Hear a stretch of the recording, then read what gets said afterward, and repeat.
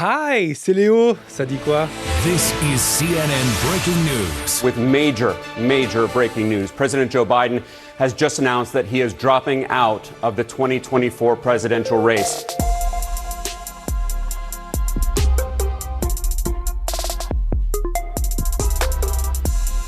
Ah, j'imagine qu'hier c'était un beau dimanche du mois de juillet aux États-Unis. Rien d'autre à penser que la crème solaire à racheter ou quel bacon on mettra ce soir sur le barbecue pour la fête des voisins. Quand soudain, bandeau rouge sur CNN, la chaîne d'info américaine passe en édition spéciale. Breaking news. Plus que spéciale même, c'est la première fois dans l'histoire des États-Unis qu'un président candidat à sa réélection se retire finalement de la course à un peu plus de 100 jours du vote. Énorme coup de théâtre qui pourrait même rebattre les cartes contre Donald Trump. Imagine un peu l'ambiance chez les journalistes américains hier. This is CNN breaking news. Oh my God! Okay, it's happening. Bon, en même temps, je t'avais prévenu vendredi que ça pouvait tomber ce week-end. L'abandon de Joe Biden semblait inéluctable. À 81 ans, il semble fatigué, parfois même perdu. Et ces cafouillages à répétition lors de son débat contre Donald Trump le mois dernier ont fini de décrédibiliser sa candidature.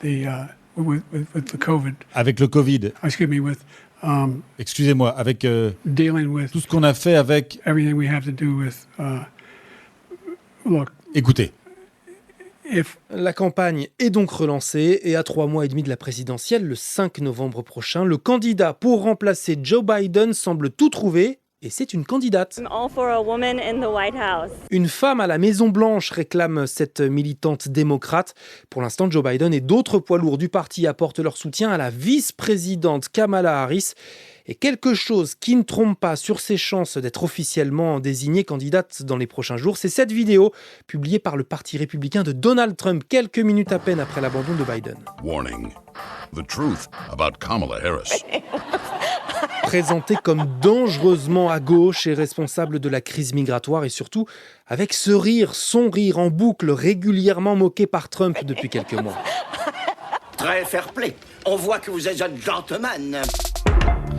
Attention maintenant, alerte, spoiler, si tu regardes Nouvelle École sur Netflix, je te dévoile à la fin de l'épisode qui a gagné la 3e édition du concours de rap. J'avoue, c'est la finale. Ça y est, on y est.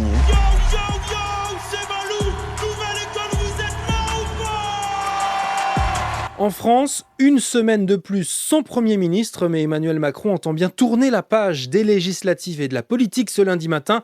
Place au sport. Le président inaugure le village olympique en Seine-Saint-Denis.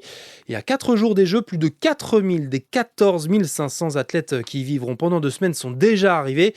J'en profite pour t'annoncer... Une grande et belle nouvelle. Ça dit quoi se met aussi au sport à partir de samedi et 7 jours sur 7.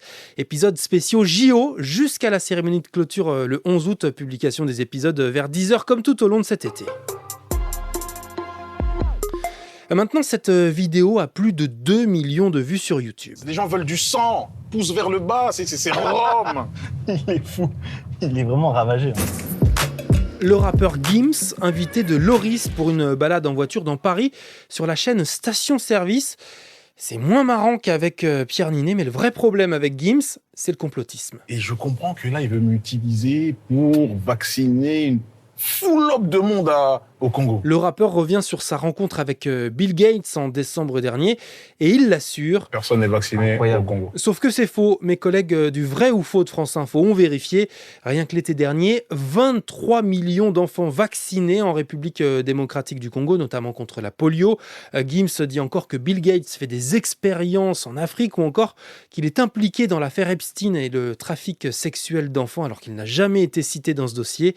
À chaque fois, des théories complotistes qu'il véhicule sans aucune contradiction à des millions de personnes. Les pyramides qu'on voit là, c'était des foutues antennes. Les gens avaient l'électricité. T'as des phrases comme ça à chaque fois ou Tout le temps. Il est fou, hein. Dieu ne change pas l'état d'un peuple tant que les prétendants ne se changent pas eux-mêmes. Ah, t'es lourd. Un mot aussi ce lundi matin sur l'EVO, le plus grand événement mondial de jeux de combat qui se tiendra l'année prochaine en France, à Nice, l'Evolution Championship Series. Non, c'est pas une Sum Evolution, c'est une Sum Evolution. Plus de 10 000 joueurs cette année à Las Vegas. L'EVO se tiendra donc pour la première fois de son histoire sur le sol européen en octobre 2025. Et c'est donc le moment du spoiler. Celui qui remporte cette 3e saison de Nouvelle École, c'est Youssef Swat. Le rap va sauver la fille, je vais sauver la sienne. Tu peux le voir dans mes yeux quand j'arrive sur la scène. Comme tous les pauvres, je veux inverser les rôles. Je fais du rap lourd comme le poids de mes soucis sur mes épaules. Youssef Swat avait prévenu, le meilleur rappeur de France, vient de Belgique, il a 26 ans, est en tournée en ce moment, à domicile vendredi à Tournai, le 9 août à Sète et le 29 à Alger. J'ai fait une chanson triste, tant pis pour les 100 000 euros. C'était Léo de France Info. Je resterai moi-même jusqu'au dernier refrain. Allez, ciao. Générique de fin.